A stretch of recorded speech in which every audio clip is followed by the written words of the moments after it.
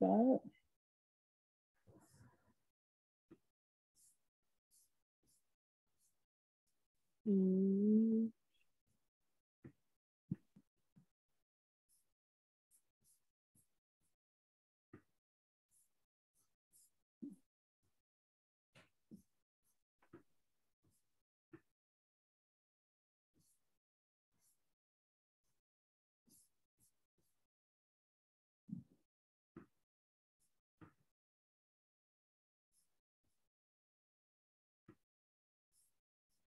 Okay, I'm gonna start the live and then I'll get us started.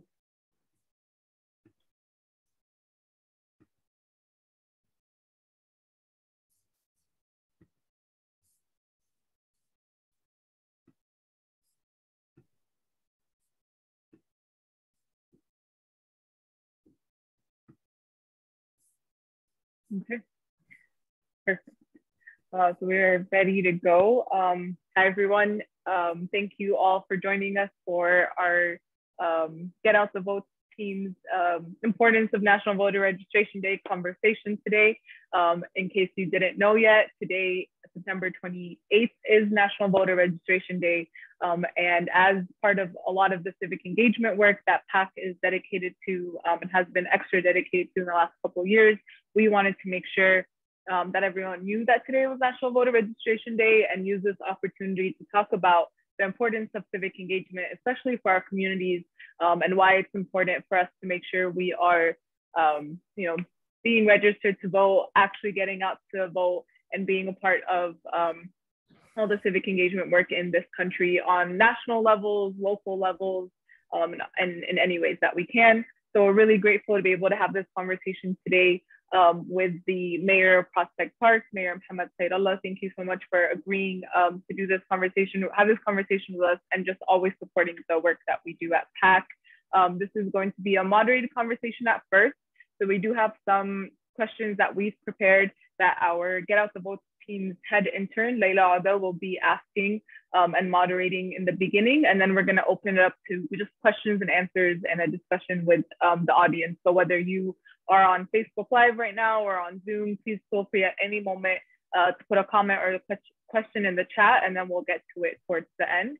But that is it for my introduction. I'm going to go ahead and hand it off to Layla and to Mayor to get us started.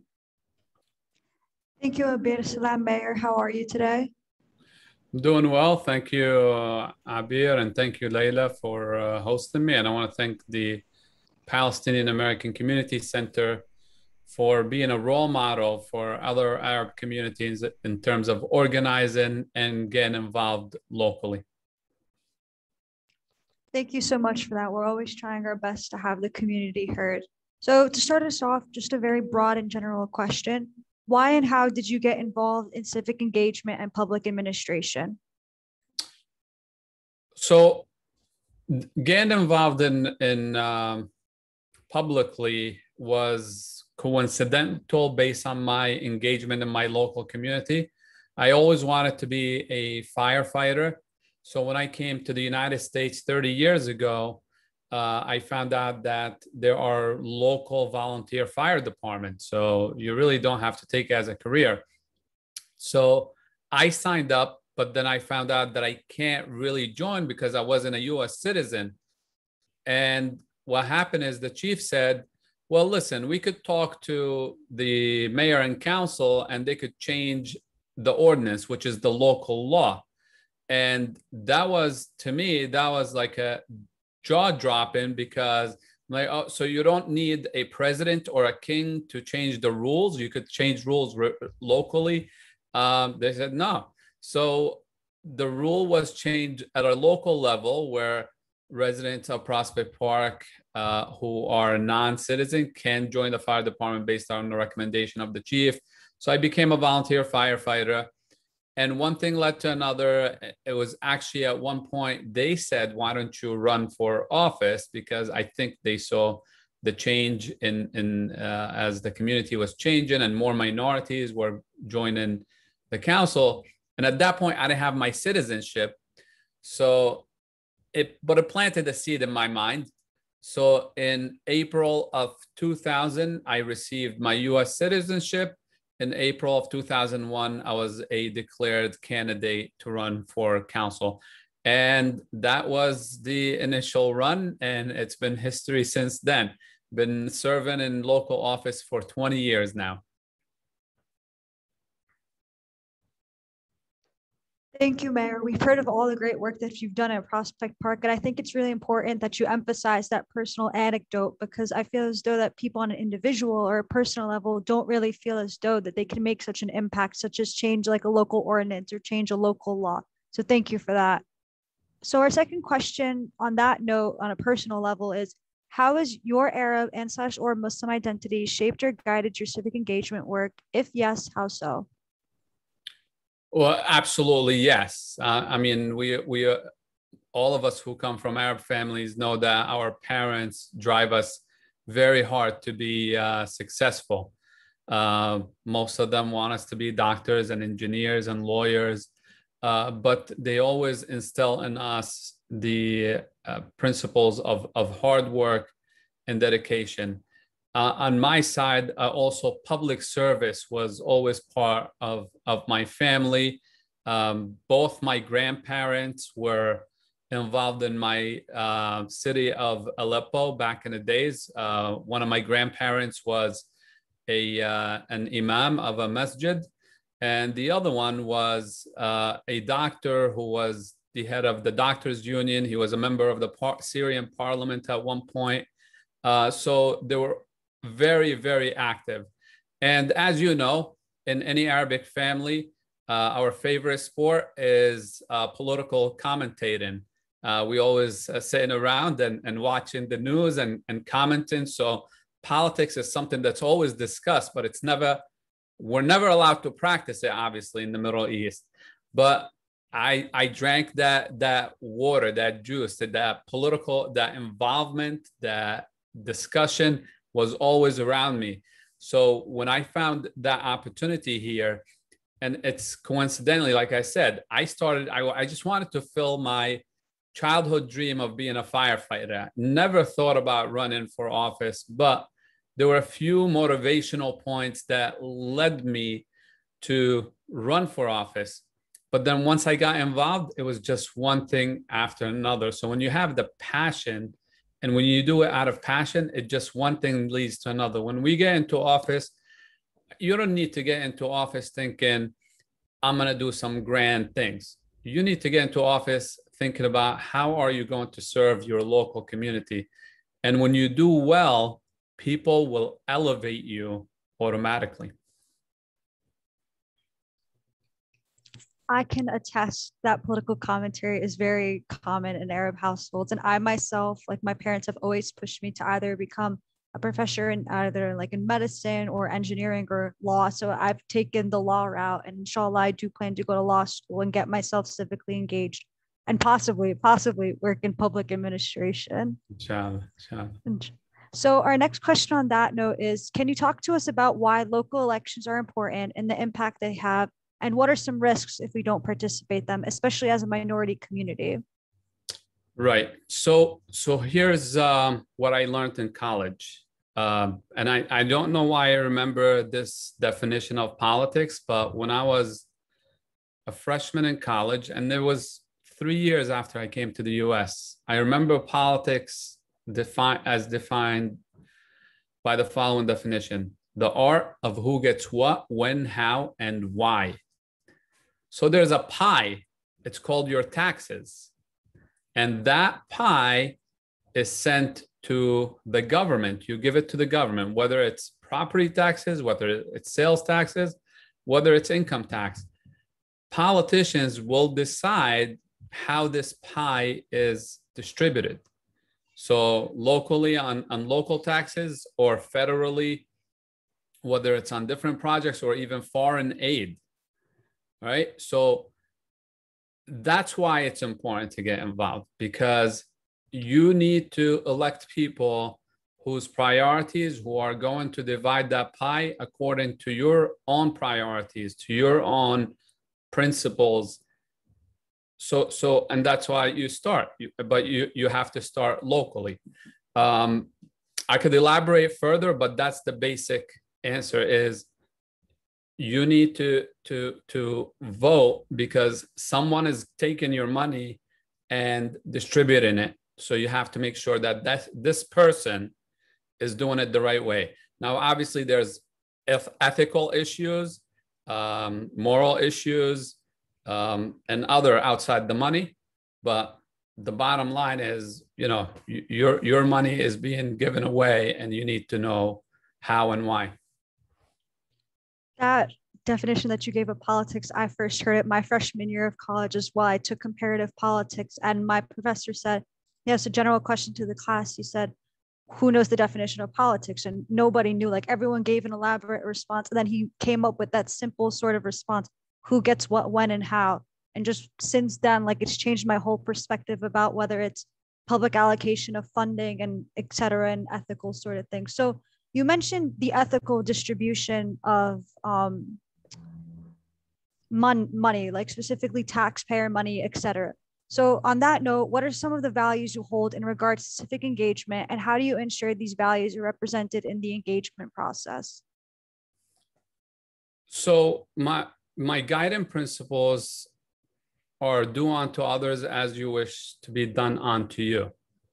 So I want to live in a community where my residents are enjoying the same benefits that I would like to enjoy. And that's what I tell my employees. If you accept less than the best for our residents, is that what you would accept for your family, whether you live in town or whether you don't live in town? In order for us to make the world a better place, we can't be selfish. We always have to think, how can we make it the best possible conditions for the people that we're serving? Because, and that's obviously when people say, well, how do you get reelected over and over and over again, despite the fact that our opposition is very brutal when it comes to their attacks? It's because people are not going to listen to what the opposition is saying about us. They're watching what we're doing. They're watching, are we producing results or are we not producing results? Are we holding ourselves to a high standards, or are we giving them crumbs and doing what's best for us? So as long as we're serving, and we're serving with integrity, and people see it through our actions, then I think that's a key to success. And that's what I've been raised to do, serve others with integrity. I feel like integrity is extremely important, because without integrity, it's very, very difficult to build in that public trust in order for them to be civically engaged. So I thank you in having those sort of values of integrity and ethics, especially, and instilling it in your employees on a personal level as well, because as you mentioned, selfishness is not going to help change for a collective communal whole. So on that note, then, in terms of, keeping people keeping integrity within politics, what efforts are being made to educate communities with low voter turnout on voter registration and its importance? Well, this is where obviously we engage as many people as possible. And this is where parties come into play. Obviously, I'm a member of the Democratic Party, and the party has been doing an outstanding job in terms of registering as many people as possible. If you see on the national stage, the Republican Party is trying to suppress as many votes as possible. Our previous president, while was the commander-in-chief, was creating a ruckus about voter turnout. That's not true or good leadership, because you cannot disenfranchise the voters. And by doing what he's doing, he's shaking the trust of the people in the voting system or the political process overall. We need to make sure that we establish systems of registering people. Everyone should be registered to vote, whether it's through municipal events that we do, or whether it's on a county level when they do events, whether it's houses of worship.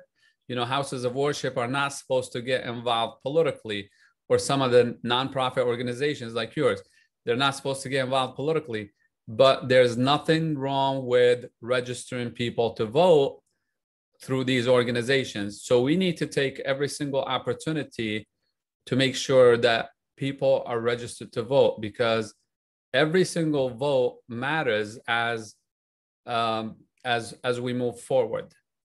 I was talking to someone from who said they don't believe in voting in their faith, but they were registered to vote. And I think what they do is they don't vote for anyone, but they press the lever to register to vote. And you could do that.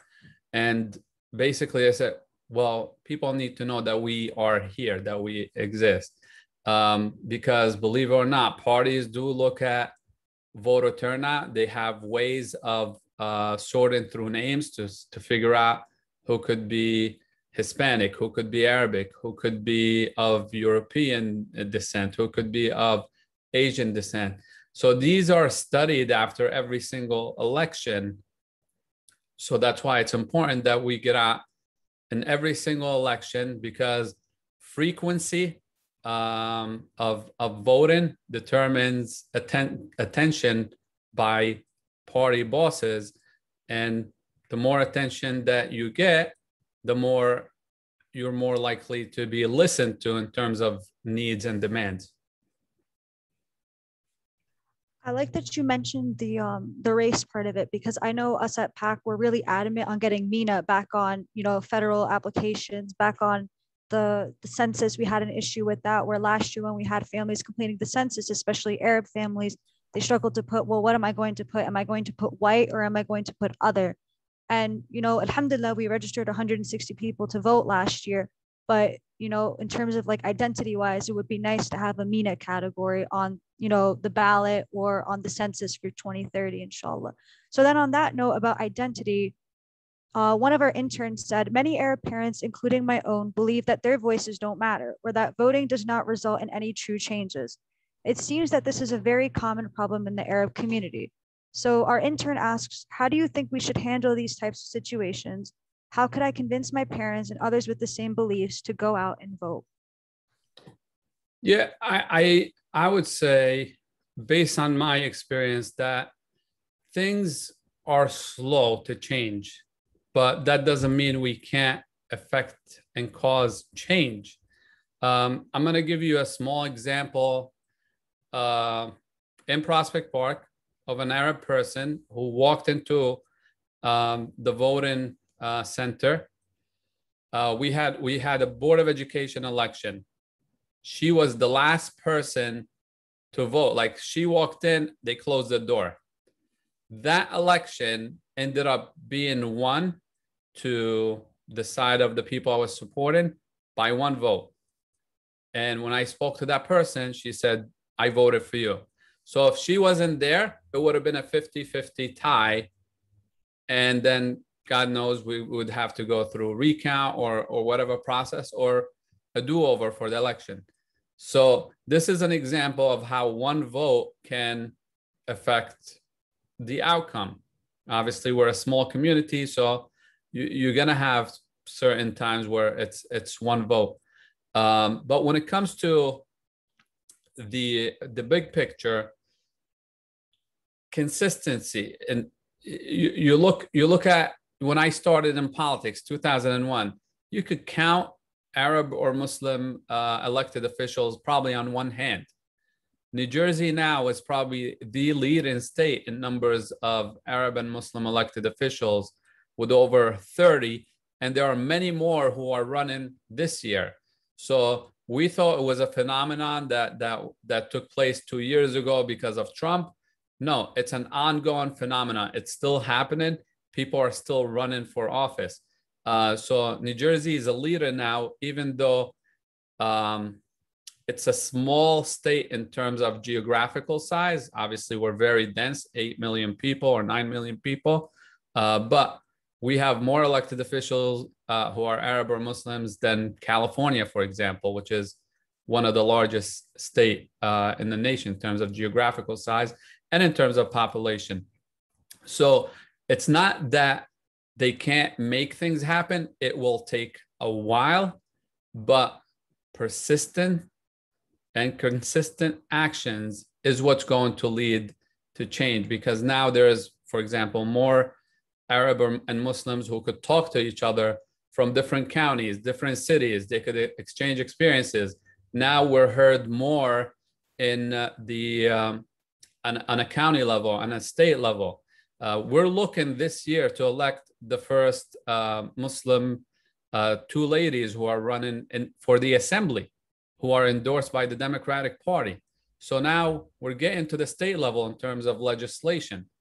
Obviously, we know that we're not there to change things only for us, but we want to be there so our voices and our needs are heard. When we act for the whole community, and I'm not talking our community, I'm talking community at large. Whether for me, it's my town, for Asad Akhtar, for example, it's the county, and for sisters like Shama Haidar or Sadaf Jafar, who will be on the legislator, it'll be a state. They have to listen to state issues. So again, you can cause change, but don't expect change to happen quickly. You need to be persistent in the steps that you're taking to effectuate change. I really like this emphasis on persistency, because as you said, like, this phenomenon is not something that occurred just out of the sudden.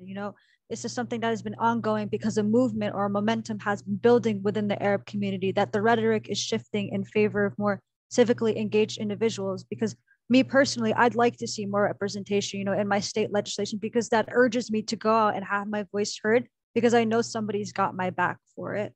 So in other words, shifting more to a younger generation sort of perspective, how do you keep politics relatable to youth? So in other words, how do you reassure them that the decisions made by politicians do indeed affect them and their futures? This was also asked by one of our interns. Well, I have my own style of keeping it related to the youth in the fact that I hire the youth when it comes to my administration. I've hired the youngest business administrator in the history of the state of New Jersey, who was my student in high school. That is Intishan Chowdhury, who's still serving and is doing an outstanding job. A lot of people don't like to take risk with the youth because obviously they think they might be careless, they might not have the vision for the future. But look, we were all in that position at one point. And in my mind, if we're not guiding them, then who is going to guide them? If we're not sponsoring somebody, if I don't grab someone and say, hey, let me help you out, be successful in life, then who's going to guide them? Do you want to leave them for the streets? Do you want to leave them for their friends to guide them?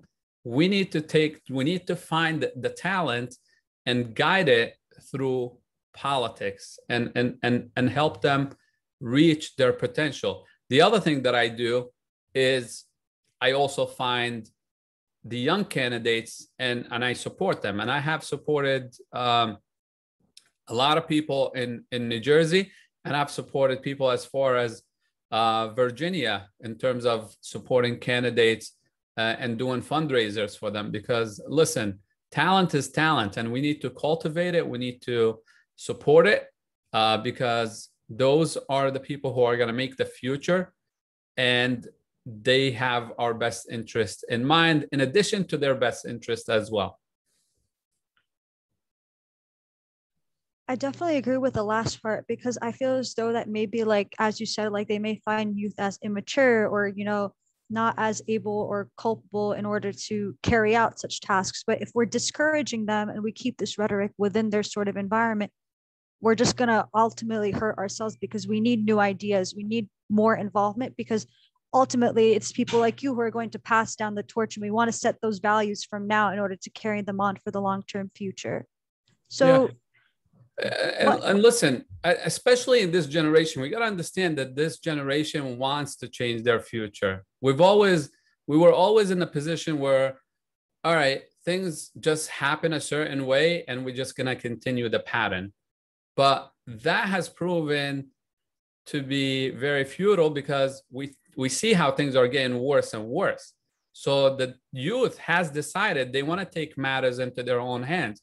And if the older generation doesn't connect with them, grabs their hand and tell them, yalla, let's go, then that resentment is going to grow. They want to shape their own future. We can't consistently decide what the future is going to look like for them, because obviously there's a breakdown, there's a failure that's happening. And unless we engage them in shaping the future, then we might ruin their future and our future as well.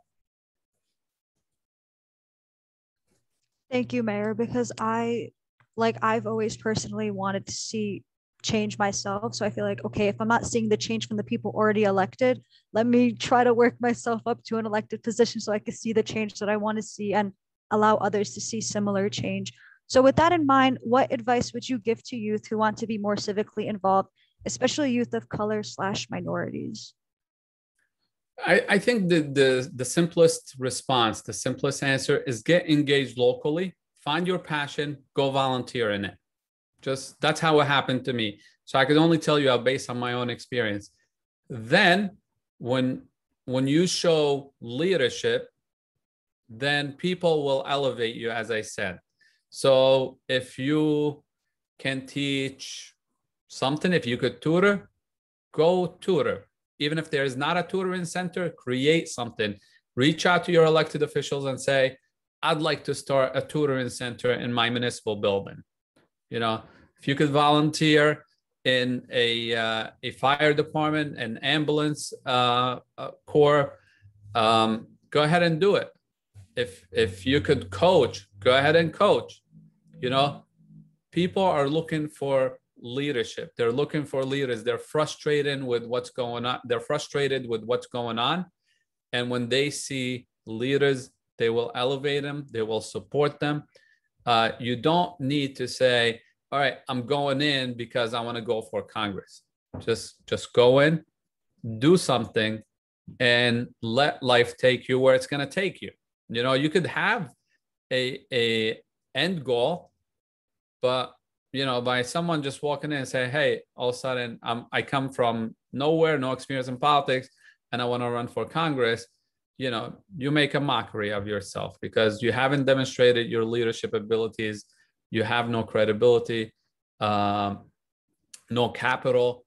That's just not the right way to go about it. Get involved in your local community and let things happen naturally. I feel like especially within the last year or so with the push of movements like Black Lives and other grassroots organizations, we've come accustomed to like simply showing up, but getting involved in your local organizations and actually meeting the community where it is to hear their needs is when change starts to happen and when you could create different programs that could help have the community's needs heard. So thank you for that. So we have some questions from the audience. Somebody asked, can you explain a little about the difference between various elections, so such as presidential elections, primary, local, etc.? Okay, so I'll give you New Jersey, for example. In a primary election is a party election pretty much, and it happens in June. So basically, the Democratic Party supports certain candidates. The Republican Party supports certain candidate. They put them on their official line, and anybody who wants to challenge them within the party runs on a separate line. And whoever is the winner becomes the official candidate for the November election. So June elections are always the primary elections, it's party elections, and then winners move to the November election. In New Jersey, there is what's called nonpartisan election, which normally happens in May. Those are in nonpartisan cities, like the city of Paterson is a nonpartisan election. So they might have an election in May, Normally, it's for their local candidates, whether it's ward council, council at large, or the mayor. There are no elections this year, but I believe next year they have their 3 at-large seats, and the mayor's seat is up in May of next year. A city like the city of Paterson can have a nonpartisan election in May, but everybody has to go through a June primary. So they will have an election the following month. There are some towns that hold their elections in April, and that was the natural date for Board of Education elections. But now some towns do their elections in November. So they just combine everything in November, the Board of Education and the general election for council, for mayor, the county elections. These are the November elections statewide are normally determines who wins an election. That was partisan. Unless it's nonpartisan, then it's the May election, and the winners take seat. For nonpartisan election, winners take seat of their office in July. For partisan election, which happened in November, they take their seat in January of the following year. Those are basically the general guidelines in terms of elections, unless there are special elections that sometimes happen, which are triggered by different reasons. Thank you. So we actually have a question, since you briefly mentioned about New Jersey elections and the way that they function. So we know that there's the upcoming general election where the governor's seat is up for grabs. So somebody from the audience asked, what NJ elections are coming up that we should be aware of? So if you just want to talk about maybe like what's on the ballot, governors who are like, who is running for governor, etc. So yes, the highest office that is being contested this November is the governor's office. So that's across the entire state of New Jersey. It will happen in every single municipality.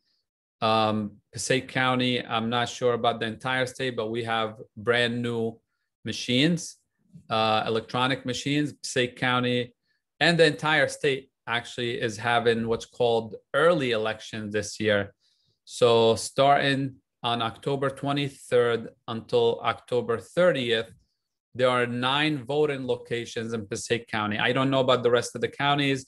You could check your local county, but there are 9 different locations in Passaic County where you could actually go and vote before November 2nd. And you could go to any location in Passaic County, give them your information, and the machine will show your local ballot. And you could vote, and your vote is registered, and you're an early voter. So this way you don't vote on the normal day, which is November 2nd. And one of the locations, which I believe it's the first in the nation now, is the Islamic Center of Passaic County in Paterson. So I think it's the first time there's a voting location inside a masjid anywhere in the United States. So the other way you could vote is vote by mail, which you could fill out an application, and there are drop-off locations. You can send it by mail. Someone can deliver it. There are different guidelines for it, or you could do it, drop the ballot in one of the drop boxes. So the next race is the state legislator. So all legislators are up on the ballot this year. The state legislators happen to be every 2 years on the assembly level. The Senate is normally every 4 years with for 2 consecutive terms. Then one term is a 2-year term. So everyone is on the ballot at the state level, legislators and the governor. That, in addition, every single town has its own elections. Some towns don't have elections every year for their local candidates. Us in Prospect Park, we have elections every single year. We have 6 council members, and 2 of them are up every year. I'm up every 4 years. Board of Education, same thing. They have elections every year. It's a 7-member board. So we have 2, 2, and 3. This is the 3-year cycle. So people need to check their own local municipalities, the best thing to do is to go to your county website, go to the county clerk's section of the website and check the election section. Normally, and again, I'm giving examples of what I'm familiar with, Passaic County. You go there, they'll show the sample ballots. They'll show, they have a list of candidates. They have a list of elected officials. So that's how people could find out who's up for elections. And obviously social media now, everybody and their mother, they list what they have in terms. So look for your local candidates also on social media. They might have a Facebook page, an Instagram page, and interact with them. Ask questions. You honestly need to press your candidates when they just get in without any people asking them, without people holding their feet to the fire regarding the issues, then they might simply just not know what's important to you. So you gotta press, you gotta be persistent, you gotta communicate. And look, if they don't respond, then you just know that they're not responsive, at the least.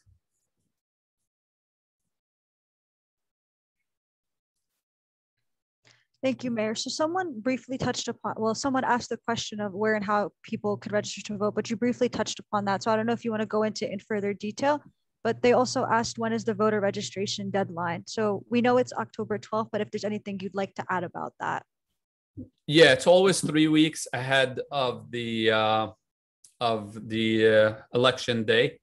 So I urge everybody who just turned 18, who's a US citizen, anyone who became a US citizen through the naturalization process to register to vote.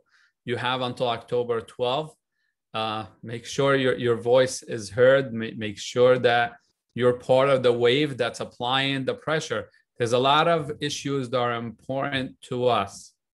And yes, there is reaction to what we need, to what we want, but it's not strong enough. We haven't reached a level where it's like, all right, we need to seriously listen to their concerns. People are rising through the ranks who are sympathetic to our issues. But as we grow in number of voters and consistency of voting, those people will hopefully be elevated to higher office where they could bring our issues along with them. Thank you. So somebody asked, what suggestions do you have to make people appreciate the importance of local politics as they do presidential politics? I think, like I said before, look at, are your needs and demands being met locally? And if not, and you think your elected officials are not listening to you, then that is why it's more important, especially if you think a lot of people have the same concern and no one is listening to you. Then you really need to come in a coalition and say, create something maybe on social media, create a movement and say, we're that group of people that care about this issue. We want answers, we want change, we want results. But just by staying away and saying, you know what, that's how it is all the time, that doesn't produce results, because that means you're just going to get the same results over and over again. And honestly, you vote for a president because you think a president is very important. And we've been disappointed a lot with some presidents, and we continue to vote for presidents. So when we're disappointed locally, why do we not do the same thing and continue to vote? So that consistency that we stick to in the presidential election needs to be applied at the local level as well. Because as I said earlier, numbers, names, they're all monitored by local elected officials, by parties, and they monitor where there are movements, where a shift in voting patterns. So if in Passaic County there's 1,000 Arab votes, and I hope it's a lot more, and then all of a sudden they double, then obviously someone is going to pay attention, right? And I know it's a lot more because, you know, we produce a good number in Prospect Park, which is the smallest town in Passaic County. So imagine what comes out of Patterson, what comes out of Clifton, what comes out of Passaic. So, but if all of a sudden, my point, and I use 1,000 because it's a simple number, but if all of a sudden our numbers doubled, then someone is going to pay attention. Someone will say, you know what, I need to make sure that this block is going to vote for me. I need to listen to them. You know, so that's why it's important to vote in every single election, local, county, state, federal, because it's constantly being monitored, and someone is going to tell the parties and the candidates, this is an important block to pay attention to. Thank you, Mayor, for these very important reminders. So on that note about like civic engagement and, you know, making sure that your voice is counted, somebody asked, what do you say to the people who don't come out to vote? And in that note, how can we motivate our community to vote at large? Well, I say to someone who doesn't come out to vote, you can't complain. It's as simple as that. You can't not vote and then complain that this is not being done and that's not being done, because no one is going to take you seriously. If let's say you call any elected official, they might say, hey, did you vote? No, then, you know, look, we're obligated to serve everybody. I'm obligated to serve the US citizen, the permanent resident, the undocumented. In my mind, in my heart, I have to serve every single human being. But there are people who are going to look and say, look, you don't vote. Some people might not care about, or, you know, and especially if they find out you don't vote. You know, not everybody is of the same mentality. I'm here to serve, and I'm going to serve everyone. So, but as a principle, if you don't vote, don't complain, because you allowed that person that refuses to listen to your concerns, that refuses to acknowledge your concerns, to continue doing what he or she is doing, which is ignoring your concerns or coming up with a compromise or coming up with a solution. So voting is extremely, extremely important. And you said something about voting at large. I'm sorry, can you remind me of what that was? How can we motivate our community to vote, like more collectively as a whole? Yeah, I think it needs to be just like we gather around Al Jazeera or any Arabic channel and discuss what's going on in the Middle East. We need to start making it a local discussion here in our homes. When we go out to vote, we need to make a phone call and say, hey, listen, I'm going out to vote. Come with me. You know, we need to make it a habit. Arabic schools need to make it part of their curriculum. Masajid, churches, community centers, they need to make it part of their regular programs, whether on a monthly basis, quarterly basis. It needs to be part of our everyday discussion. And look, again, you look back 5 years ago, 10 years ago, 20 years ago, what was the representation? What was the outcome? There's definitely evidence of results. So, and I always say, our community got to this point without real collaboration, without real planning at large. Imagine if we sit down and talk and actually plan. We'll move by light years ahead within the same amount of time. So it's got to be part of our everyday discussion, the importance of getting involved and getting engaged in our local communities and voting and supporting candidates, so on and so forth. Yeah, politics are usually those tough conversations to have, but those tough conversations usually tend to be the ones that create the most change. So you briefly mentioned something about numbers, like, you know, let's say, for instance, if Patterson has 1,000 or 2,000 Arab or Muslim voters. So somebody actually asked, do you know the number of registered voters who are Arab and Muslim in New Jersey? I honestly don't, but you know, and again, I use the number 1,000 to simplify things, but Patterson has thousands, if not tens of thousands of Arab and Muslim registered voters. Clifton, Passaic, Woodland Park, Hawthorne, Prospect Park, Hilden, North Hilden. If you just put the, based on my rough estimate, I think if you put the number of those people in Passaic County alone, we're talking about probably between 15 to 20,000. And then there are other parts of the state. So it's nothing to sneeze at, but it's not united yet.